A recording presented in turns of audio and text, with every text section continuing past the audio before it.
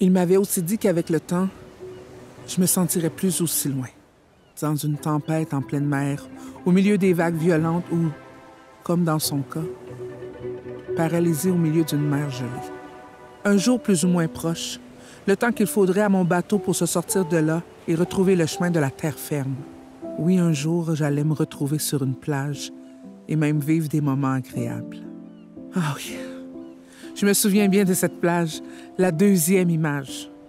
L'endroit où on se retrouve en sortant de notre réaction entourant la mort d'une personne importante. Que ce soit une tempête ou autre chose. J'aimerais que tu fermes tes yeux et que tu t'imagines en train de tremper les pieds à ta plage préférée, par une mer qui est calme. Prends le temps. Ça va? Tu y es? Essaie maintenant de te rappeler de la sensation de l'eau qui monte jusqu'à tes chevilles et qui redescend tout doucement après. Et là, les yeux fermés, je m'étais imaginée sur la plage. Je m'étais concentrée, j'avais réussi à me souvenir de la sensation de mes pieds qui entrent dans le sable quand la vague redescend, avec le sable qui roule et me glisse en dessous des pieds. C'est une sensation agréable, hein? Comme un doux souvenir qui monte en nous, jusqu'à nous effleurer l'esprit, puis qui redescend peu de temps après dans un léger frisson et repart en nous chatouillant de la plante des pieds jusqu'au bout des orteils. Mais aujourd'hui, c'est plutôt un tsunami, des souvenirs de sa dernière journée qui montent et qui m'emportent avec lui. Une vague géante qui me fait peur, qui m'envahit tout d'un coup, qui ne me donne même pas le temps d'essayer de comprendre ce qui s'est passé, ni comment je me suis sentie. Une vague qui ramasse tout, qui mélange tout, les râles, les pleurs, les rires, les silences lourds, tout comme les silences apaisants. C'est vrai que je suis encore dans ma tempête en pleine mer. Je suis encore loin de la plage par une mer assez belle et calme pour qu'un souvenir soit capable de me faire ressentir quelque chose d'agréable. Mais cette sensation agréable-là, elle est possible seulement par une mer calme.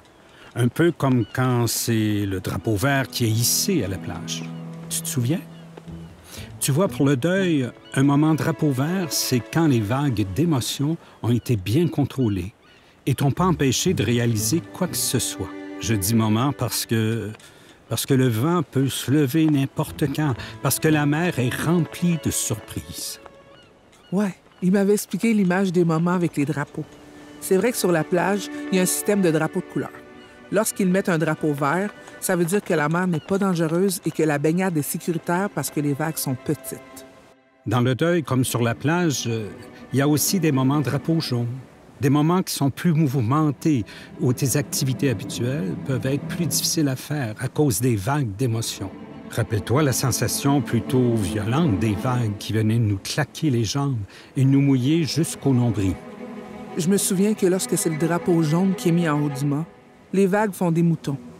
On les entend casser quand elles s'écrasent sur la plage et elles nous pincent fort la peau en nous frappant. C'est vrai qu'à ces moments-là, ça devient difficile de faire des activités nautiques. Mais c'est quand même possible de se baigner en étant prudent, même si ce n'est pas recommandé.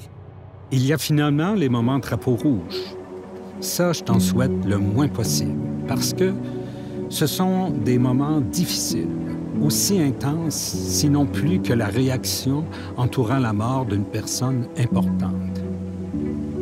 Mais n'oublie pas que les moments drapeau rouge sont inévitables, et je dirais même qu'ils sont sains. Pendant ces moments-là, les émotions sont tellement fortes que tu pourrais te sentir incapable de faire même ce que tu as l'habitude de réaliser facilement.